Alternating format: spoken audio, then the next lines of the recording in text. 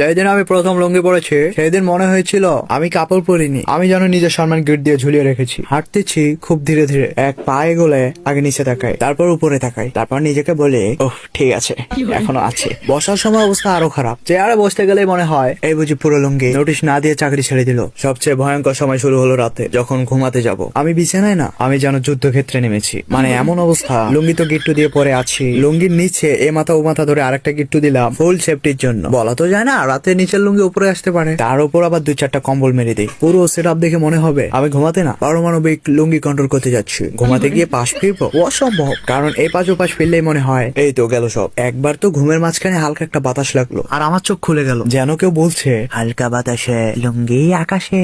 সারা রাত এমন কাটলো, আমি ঘুমাচ্ছি না, আমি লুঙ্গি পাহারা দিচ্ছি। ভোরের দিকে যখন একটু ঘুম আসছে, হঠাৎ নিজেকে জিজ্ঞেস করলাম মানুষ কি প্রতিদিন রাত এভাবে লুঙ্গি পরে বেঁচে থাকে? সকালে উঠে আয়নার সামনে দাঁড়িয়ে দেখি লুঙ্গি আছে, আমিও আছি, সম্মানও এখনো টিকে আছে। সেই মুহূর্তে মনে হলো আমি কোনো সাধারণ মানুষ না, আমি লুঙ্গি সার্ভাইভার। এখন অবশ্য লুঙ্গি পরলে ভয় লাগে না, কিন্তু প্রথমরা ওটা একটা কাপড় ছিল না, ওটা একটা লাইফ থ্রিলার, হরর, কমেডি সব একসাথে।